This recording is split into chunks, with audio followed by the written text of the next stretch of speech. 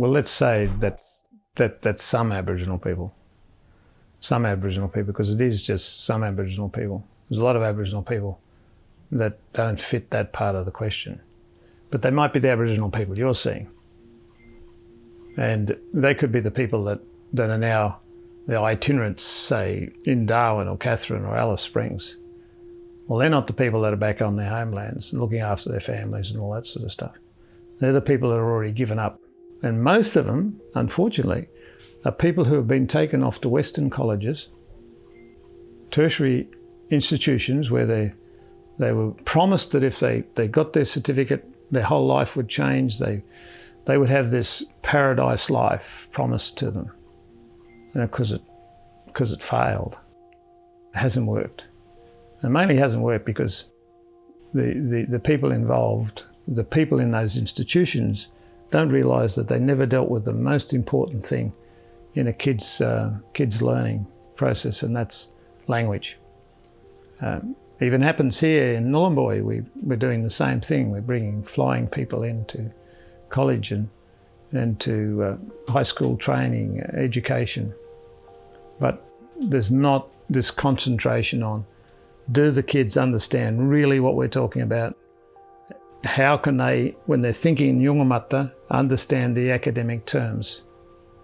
In lots of cases, it'll be same as Papua New Guinean students who come down here. They don't have any dictionaries, access to dictionaries to understand the English terms and phraseology. They fail in university. They go back to be rascals. They go back to be rascals on the street stealing.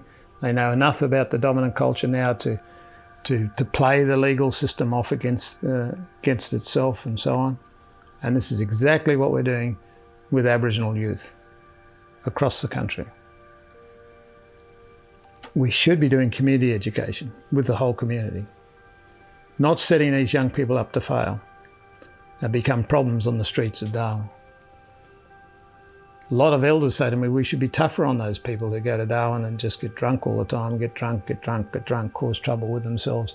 And any other families, Yolngu families, have got to go to Darwin for health reasons or whatever. I have Yolngu colleagues who are ashamed to walk down Mitchell Street, one of the main streets of Darwin.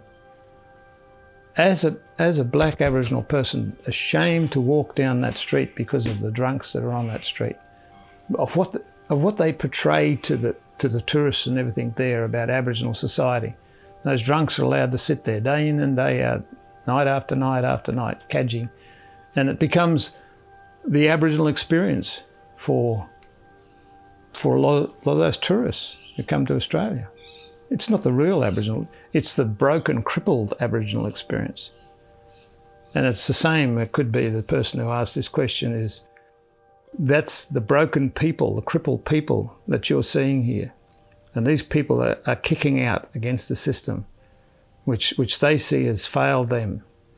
They have got to a point where they've said, I'm born on the wrong side. I'm not over there with the Western elite, whether you be black, white or brindle over there. I'm not over there with them. I'm over here, I've missed out. And my hope of any future is non-existent.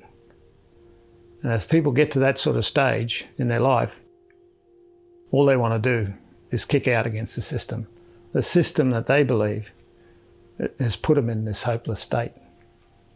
And I think they're the dynamics that are in play here, not the dynamics that all Aboriginal people don't want to look after themselves and are lawless and all that, because they're not the Aboriginal people I know. I know a lot of the broken ones too. They are broken. They are broken. And if you sit down with them, you just go and sit with those people who are in the long grass in some of these major or the centre of cities in Perth or Brisbane or Sydney or anywhere else. Just ask them if they had a tertiary education experience. 90% of them will tell you, yes, they did. 90% of them will tell you it totally failed them. Stop taking kids out of Aboriginal communities and creating a nightmare, guys. Start bringing the education resources back to the whole community.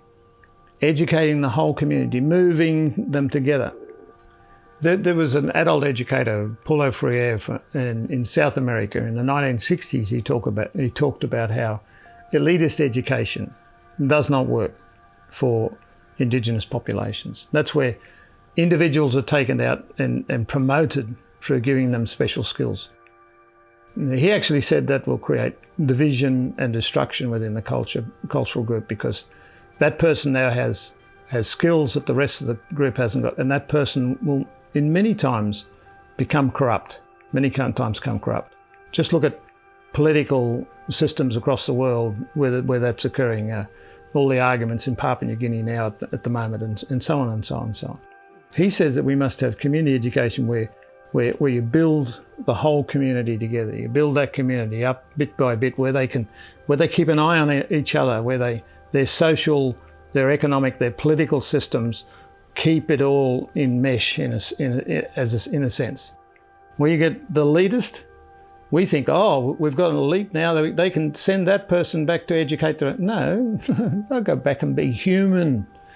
And human is usually, oh, I can take a little bit of advantage out of this, and all the knowledge I've got now, I should be on the top dollars, and all the money can come through me and my family, and I'll look after my family and all that. So we create little dictators, which we've done.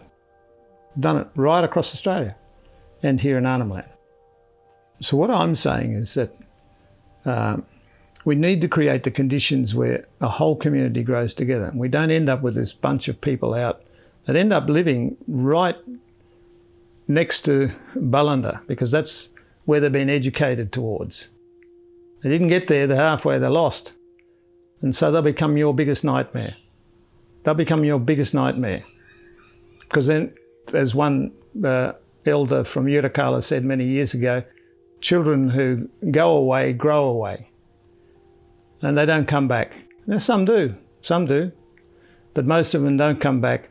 They get lost in between, and they end up living in mainstream communities, cities and big towns and so on, where they can eke out a living, but also not very productive citizens, and always getting in trouble with the law.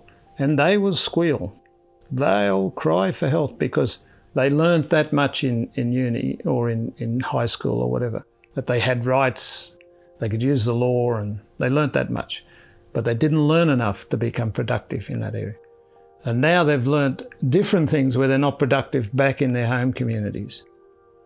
We've done this to whole populations.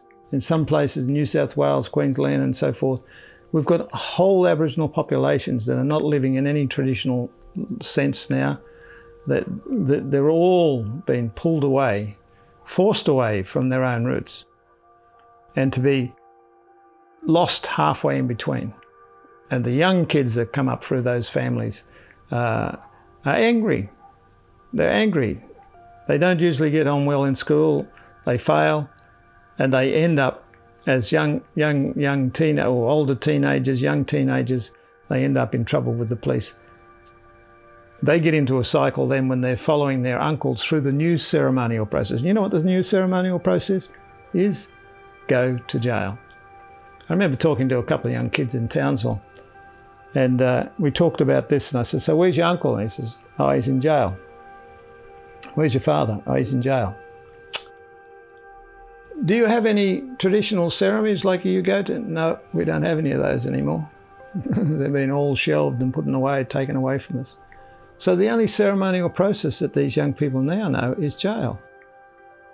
Now we can break that cycle if we start taking that community and seeing it as an integral community that's joined together, and we can start good community development education into that community. We can break it.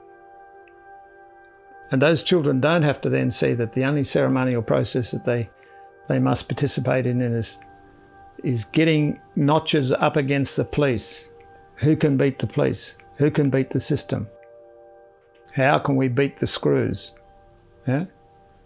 We've got to change that conversation, and the only way to do that is through good community development education that works with that family units and the wider family units. And for us in Arnhem Land, with the whole community unit. That's where good education, empowering education needs to happen. So the whole community grows together, and we don't have these isolated rebel, lawless pockets.